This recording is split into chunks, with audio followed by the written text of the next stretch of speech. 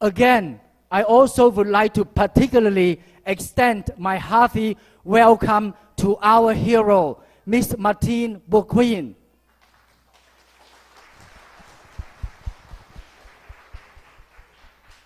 As the medical professional, Ms. Bourquin never quit in visiting us despite of the bomb explosion in the refugee camp. Ms. Bourquin always makes sure that our refugee fellows stay physically and mentally healthy. As I am standing here today, I would like to voice my gratitude and express my appreciation to those heroic acts by the International Committee of the Red Cross, American Red Cross, Thai Red Cross, the Japanese Volunteer Center, Christian Outreach, Medical Sans Frontières, CARE, Call Air, JRS, and many other non-profit charity organizations. We want to thank them for they gave us strength and courage. They put their life in jeopardy because of us. We also want to remember one unique, respected individual, Dr. Louis Braille, who was a senior physician from American Red Cross, who once upon a time dedicated his life to our refugee camp. Many times when I think about that, I burst in tears and I cry. Without their humanity and contribution, we would not be here today. Their compassion and their labor of love are embedded in our history. The story of these Vietnamese land refugees should be passed on to our younger generation, to our children, and it shall never be forgotten. Thank you very much.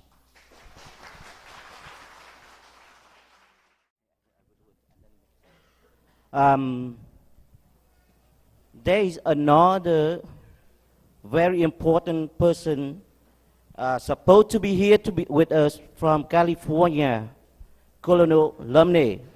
He is our former administrator in Nong Chan, Nong Samet, Dong Rek, Sai Tu.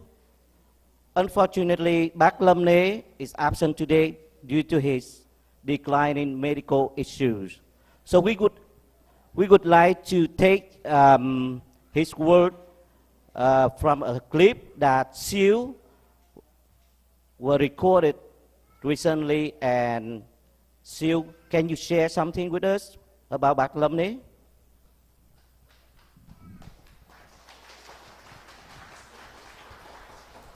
Sorry, I kind of became very emotional when I talk about the past.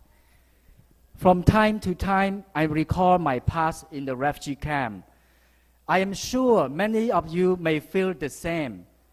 I still remember clearly how many of us were cramped in one of the shelters, Nong Chan camp at the border of Thailand, which was built of bamboo trees. Its roof was topped with haze and leaves. And I recall a Khmer hospital was just next to our shelter, where it was full of wounded soldiers with blood transfusion. Many of them had missing arms, legs from landmine explosion. And I recall we heard mournful cries throughout day and night. One late night, while the Red Cross delegate were not there, all of a sudden, through a thick and quiet tension, we heard the heavy footsteps of an intruder. At the entrance of the shelter, he raped a woman while her young child was crying. Later, he called my name, demanded me to come out. I was wondering how he could have known my name. His fierce, violent tone frightened everyone in the darkness. I was terrified by his command. My whole body was trembling as I walked down toward him. His flashlight blinded my eyes. He held a gun and pointed at my head and demanded me, give me your gold. Then he kicked me twice in my stomach with his thick boots. I was thrown to the ground. I was crawling and trying to stand up against a pole. He hit me again on my head and knocked me down with his gun.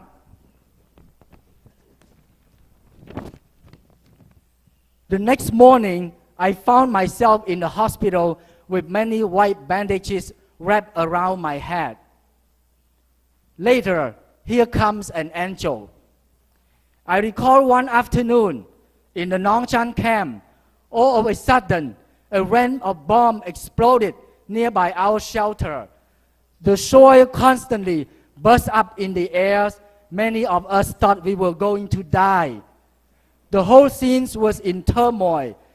Kids were crying. Adults were screaming. I was terrified and shaking as I did not know what to do. The whole place was in a chaos. "Shut up!" shouted Colonel. He declared, "This type of situation, that was not how you handle it. We must all stay calm and quiet if you want to live." I was in shock to witness the old man was quiet, getting so mad. He went on, "We all must learn how to pay attention to the sound of explosions to learn to distinguish their distances." As we all know, Colonel was the sovereign with his rank and supreme power to our refugee camps.